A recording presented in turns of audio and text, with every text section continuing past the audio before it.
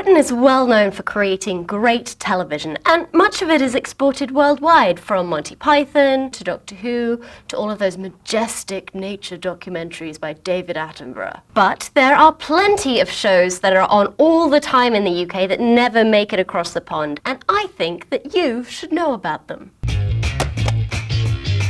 Hi, I'm Siobhan Thompson, and this is Anglophenia, and here are just 10 of the many programmes that Brits regularly reference in daily conversation. You know, the equivalent of Saturday Night Live, Jeopardy, or I guess the Brady Bunch? Yes, that is a programme with an extra M and an E on the end. Thank you very much.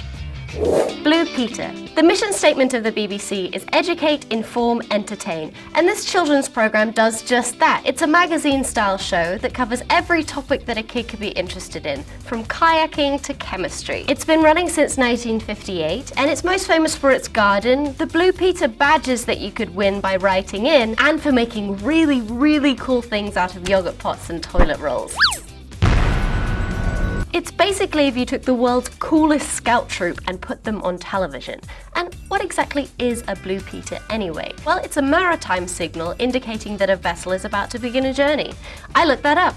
Fun fact. Dad's Army. This was a sitcom made in the 60s and 70s about the Home Guard in a small town during World War II. These lovable old codgers were the last line of defence against the Nazis. It definitely plays into an ideal of the great British stiff upper lip, but it's still on all the time because it's really, really funny. If you ever need a lesson in the subtleties of social class interaction in the UK, you should watch this show, because somehow we managed to even make beating the Nazis about where you went to school. Notable quotes include, "You stupid boy," and "They don't lock it up 'em." And for all of you asking at home, this is what the theme tune sounds like. Who do you think you are kidding, Mr. Hitler, when you think old England's gone? Ba-da-bum-bum-bum. Coronation Street. There are many soap operas in the UK. EastEnders, Emmerdale, Casualty, and so on. But the longest running of them all is Coronation Street. Set in a gritty northern town, Corrie has been on the telly since 1960, and it follows the trials and tribulations of hard-working folk who are just trying to make an honest living and then go down the Rover's Return for a pint. Also, a lot of it takes place in a factory that makes women's undies, but it's not as raunchy as that sounds. Richard and Judy. This married couple were the king and queen of daytime TV in the UK for over 20 years. They hosted This Morning from 1988 to 2001, and then an afternoon talk show called Richard and Judy from 2001 to 2009. Think Regis and Kathy Lee meets Oprah. Charlotte Church was discovered by calling into Richard and Judy and singing to them when she was just 11 years old, because they love talented showbiz kids. So I guess Regis and Kathy Lee meets Oprah meets Ellen? Look, there are a limited amount of channels in the UK, so talk shows are in short supply, alright. Their shows are definitely on the low-brow end of the spectrum. Typical conversation might go something like, "Have you heard of birds?" "Birds? What are birds? I've never heard of such a thing." The Great British Bake Off. Oh, this show is so embarrassingly British it makes me squirm. It's an amateur baking competition. It takes place in a tent behind a mansion house, and it is by far the most talked about show on TV when it's on. Think of a small town cake baking competition, or what would happen if Zooey Deschanel hosted MasterChef. Also, one of the judges is called Mary Berry. No, really, and she's terrifying. Snooker. This highly competitive form of pool is regularly aired on British TV. It goes on for hours and it's really, really boring. Also, the players wear these funny suits with these velvet waistcoats. I don't know.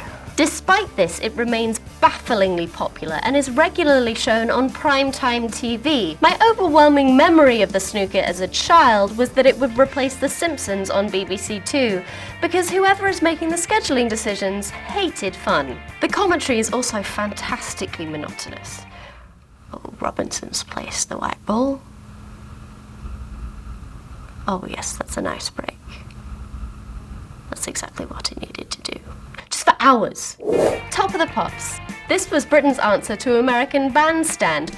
All the chart-topping hits lip-synced to perfection by your favourite stars. It first aired in 1963, much to the excitement of the youths of the day. It ended in 2006, but Top of the Pops 2, which shows episodes from yesteryear, is still hugely popular. My personal favourite thing about this show is watching the teenage audience try to look cool and dance like regular human beings while staring at their favourite pop singers.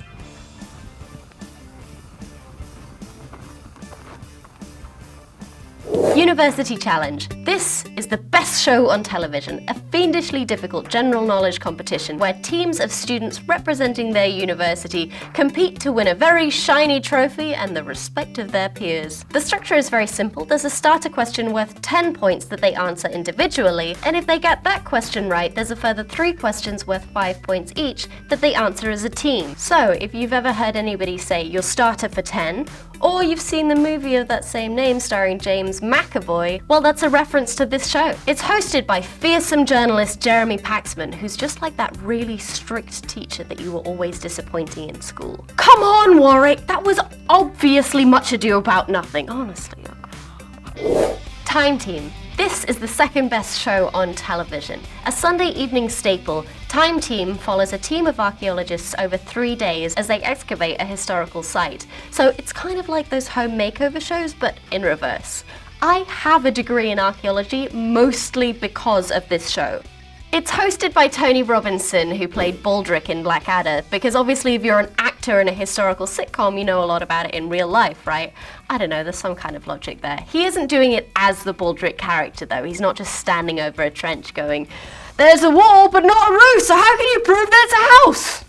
Springwatch. Yes, we Brits are obsessed with the weather, so much so that we dedicate hours of programming to it each year. Springwatch follows a group of very hearty, outdoorsy type presenters as they wait patiently for daffodils to bloom or lambs to be birthed.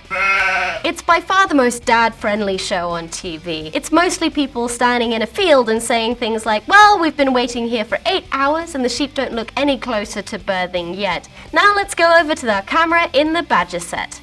There's also an autumn watch and a winter watch, although no summer watch because we don't have summers in Britain.